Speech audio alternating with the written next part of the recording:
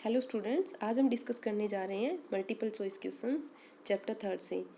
तो जैसा कि आप सभी जानते हैं कि चैप्टर थर्ड जो है हमने पहले ही डिस्कस कर लिया था, बट इस चैप्टर से कुछ एक इम्पोर्टेंट क्वेश्चंस निकल के आ रहे थे जो आज हम करेंगे। और ये क्वेश्चंस बहुत ज़्यादा इम्पोर्टेंट है एग्ज़ाम पॉइंट ऑफ व्यू से भी, और वैसे भी कॉम्पिटिटिव एग्ज़ाम्स में भी इसी टाइप के क्वेश्चंस आते हैं। तो चलिए स्टार्ट करते हैं। क्वेश्चन नंबर फर्स्ट, जब भार ऊंचाई की तुलना में पर्याप्त नहीं होता तो इसे कहते हैं, यानी जब बॉडी वेट हाइट के अकॉर्डिंग एडिक्वेट नहीं होता तो इस कंडीशन को हम कहते हैं क्षयकारी यानी वेस्टिंग। क्वेश्चन नंबर टू, जन्म के समय कितने भार वाले बच्चे कम जन्म भार वाले बच्चे कहलाते हैं? तो जो बच्चे जन्म के समय 2.5 किलोग्राम से कम के पैदा होते हैं वो लो बर्थ वेट बेबीज़ या कम जन्म भार वाले बच्चे कहलाते हैं। तो ऐसे बच्चे जो हैं वो अपनी अडल्ट लाइफ में भी काफ़ी कॉम्प्लिकेशन फेस करते हैं, क्योंकि जन्म के समय उनका वज़न जो है वो पर्याप्त नहीं होता। क्वेश्चन नंबर थ्री, जब शरीर का भार उसकी आयु के अनुरूप उचित भार से कम होता है तो उस कंडीशन को हम कहते हैं अल्प भार यानी under weight. Question number four, छिपी भूख जैसा शब्द प्रयोग में लाया जाता है यानी हिडन हंगर किसको बोलते हैं हम? जब हमारे शरीर में सूक्ष्म तत्वों की कमी हो जाए तो उस कंडीशन को हिडन हंगर या छिपी भूख कहते हैं। तो हिडन हंगर जो है वो अंडर न्यूट्रिशन का ही एक अल्प पोषण का ही एक फॉर्म है, जो इनटेक कम हो या फिर अब्जॉर्प्शन कम हो, अवशोषण कम हो तो हो जाता है, और सूक्ष्म तत्वों की कमी के कारण होता है। तो इसके जो क्लिनिकल साइंस हैं वो क्या है?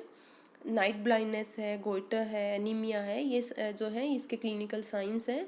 और क्योंकि ये जो है ये सूक्ष्म तत्वों की कमी से होता है, तो सूक्ष्म तत्व जैसे आयरन है, आयोडीन है, विटामिन ए है, जिंक है, तो इनकी डेफिशिएंसी जब बॉडी में हो जाती है तो उसे हम हिडन हंगर या छिपी भूख कहते हैं। क्वेश्चन नंबर फाइव, समेकित बाल विकास योजना कब शुरू हुई? इंटीग्रेटेड चाइल्ड डेवलपमेंट स्कीम जो है वो कब आई थी? तो ये जो है 1975 में स्टार्ट हुई थी और अभी भी चल रही है। ये वर्ल्ड की लार्जेस्ट स्कीम है, और जो इसके जो बेनिफिशरीज थे वो थे 0 से 6 साल का बच्चा, pregnant mother, lactating mothers, adolescent girls. और इस स्कीम के ऑब्जेक्टिव्स क्या क्या थे?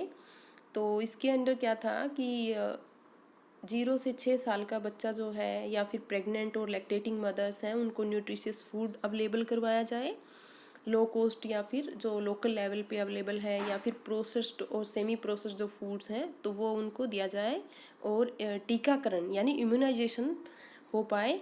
तो उसके अंदर क्या होता है, जब जैसे विटामिन ए की डोजेज हैं, पोलियो ड्रॉप्स हैं, या पेंटावेलेंट है, एमएमआर है, तो ये सारी डोजेज इसके अंदर दी जाती हैं। रेगुलर हेल्थ चेकअप्स हैं, तो इसके अंदर हेल्थ चेकअप्स भी होते हैं, वो प्रेग्नेंट मदर हो, चाहे लैक्टेटिंग मदर हो, एडोलेसेंट गर्ल हो या फिर एक इन्फेंट हो, तो उसका रेगुलर जैसे इन्फेंट्स का वेट मॉनिटर होता है। ऐसे ही प्रोफाइलैक्सिस अगेंस्ट जो विटामिन ए डेफिशिएंसी है उसके अगेंस्ट है, वो डोज पिलाई जाती है बच्चों को। 9 मंथ पे स्टार्ट होता है, और हर 6 महीने के गैप पे उनको 2 लाख इंटरनेशनल यूनिट जो है वो पिलाई जाती है 5 साल तक। तो ये समेकित बाल विकास योजना के अंदर आते हैं। नेक्स्ट क्वेश्चन है, राष्ट्रीय पोषण नीति कब आई, यानी नेशनल न्यूट्रिशन पॉलिसी कब आई? तो राष्ट्रीय पोषण नीति 1993 में आई थी, और इस नीति के क्या क्या ऑब्जेक्टिव्स थे? इसके भी वही ऑब्जेक्टिव थे कि हमारे देश से माल न्यूट्रिशन को दूर करना है, कुपोषण को दूर भगाना है, और सबको पोषण मिले ऐसा हमें एक लेवल मेंटेन करना है। तो इसके अंदर भी जो गरीब परिवारों से जो एडोलेसेंट गर्ल्स थी वो आईसीडीएस के अंडर कवर हो जाए, यानी उनको अच्छे से सप्लीमेंट्स मिलें, डाइट मिले, सबको आयोडाइज सॉल्ट की सबको आयोडाइज साल्ट मिले। ऐसे ही विटामिन ए डेफिशिएंसी डोजेज थी जो थी तो वो सबको मिल रही है कि नहीं मिल रही, तो ये उसके ऑब्जेक्टिव्स थे।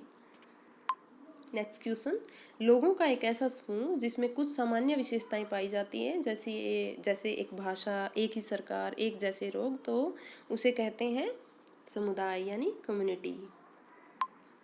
कुपोषण का दोहरा भार कहलाता है, तो ये है double burden of mall nutrition. तो इसका आंसर क्या है? अल्प पोषण और अति पोषण।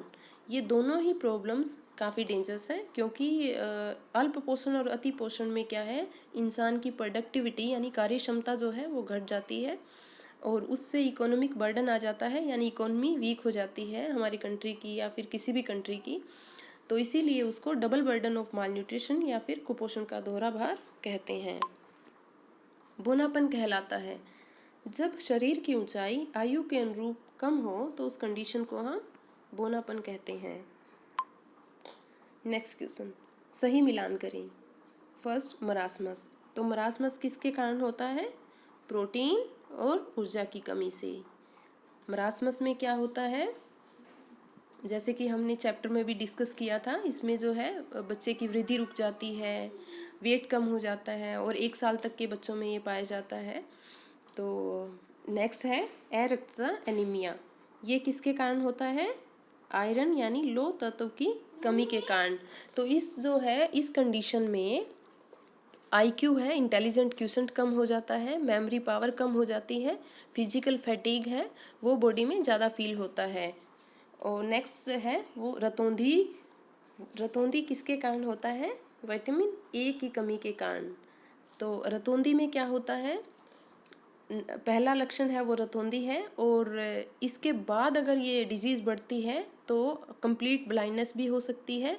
और विटामिन ए की कमी के कारण जो है वो फर्टिलिटी अफेक्ट होती है और वुंड हीलिंग है वो डिले उसमें हो जाता है, यानी घाव जल्दी से नहीं भरते हैं, स्किन ड्राई हो जाती है। और नेक्स्ट वन है घेंघा रोग। तो घेंघा रोग किस कारण होता है? आयोडीन की कमी के कारण। इसमें थायराइड ग्लैंड जो हमारे गले में होती है उसका आकार बढ़ जाता है, शेप बढ़ जाता है और अडल्ट में लेजीनेस हो जाता है, फिजिकल एग्जर्शन फील होता है थोड़ा काम करते ही। और बच्चों में जो क्रिटिनिज्म यानी मेंटल रिटार्डेशन है, एफिशिएंसी कम हो जाएगी और पैरालिसिस ऑफ लेग्स हो जाएगा। तो इस टाइप के सीवियर कॉन्सिक्वेंसेस जो हैं वो आयोडीन डेफिशिएंसी के निकल के आते हैं। ये हमारे जो क्वेश्चंस हैं वो कंप्लीट हो गए हैं बच्चों। Thank you for watching the video.